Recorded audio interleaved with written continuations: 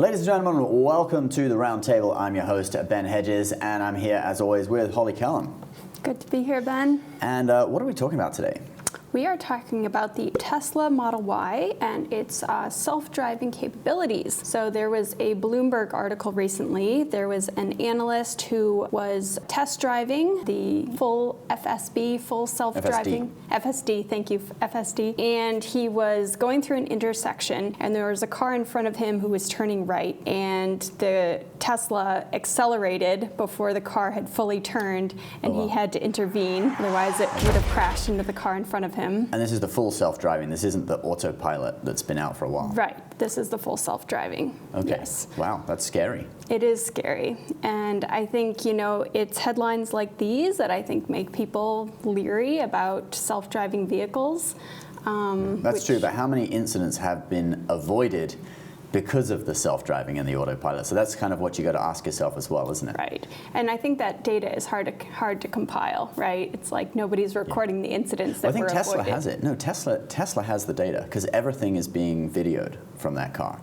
Literally, they have everything. So they have so much data. Tesla is collecting all the data from all the cars. Right, yeah, so that they learn. Isn't that kind of creepy, though? It's creepy, but it's to teach otherwise how are they going to develop full self-driving and autopilot and all these things? They have to have the data so that they can teach their system how to avoid obstacles. And so if you have near misses or whatever, or if there's something there and the car, just avoids it itself, I believe they have all that data. So you have to sign over your data privacy to Tesla when you buy a car.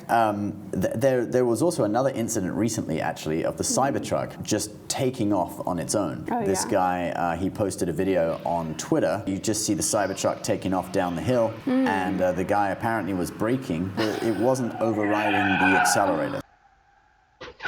Is this because the brake is not mechanical? Yeah, exactly. Everything in it is electric, I believe. So, but the brake is supposed to override the accelerator, so you can't have a situation where both are being pressed at the same time. But for some reason, he's saying it didn't. Although there were certain people in the comments who were saying it's obvious that you just messed up yourself and you're trying to claim on your insurance or something. I don't know. I can't really comment on what that is about. Yeah, but the guy said it was $30,000 worth of repairs, which his insurance should pay for minus his deductible as long as he's got collision.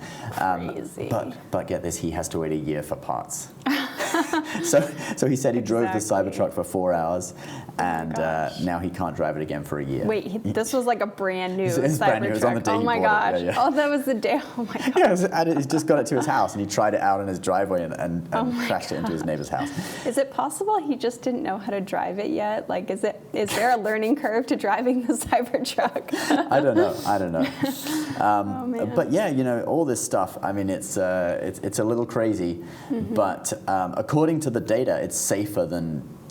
According to Elon Musk, it's safer than actual humans driving. But obviously, if a computer makes a mistake, it's always going to make the headlines, right? Because it's a computer. People are going to be like, oh, if a human was driving, that wouldn't have happened. But, maybe something else would have happened. So, yeah, I mean, I think you think of the things that we've kind of given over to machines, like when you get in an elevator, right? It's not like a human who's, pulling or a roller coaster, maybe there's somebody who has an on-off switch, but that roller coaster is basically going by itself. So I mean, those are more simple things though, aren't they? Like an elevator just goes up and down, a roller coaster goes on a track. Exactly.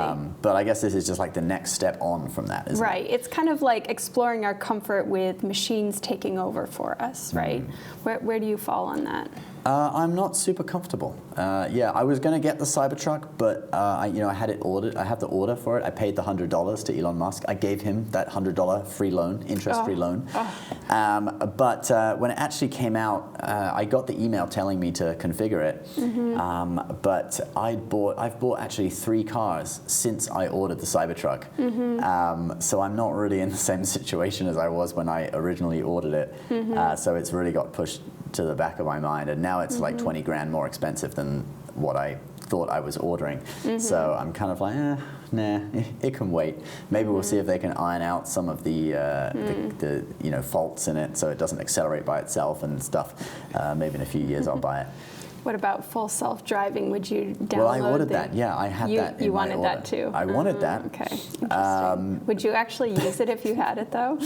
Yeah, I don't know. I think I'd prefer to just use the autopilot, where you're sort of like, well, I guess with full self-driving, you can still take over, can't you? You know, it's not like it's going to lock you out. So, what's the difference between autopilot? Autopilot, you have to touch the wheel every minute, or else it will stop driving. It'll go to the side or something.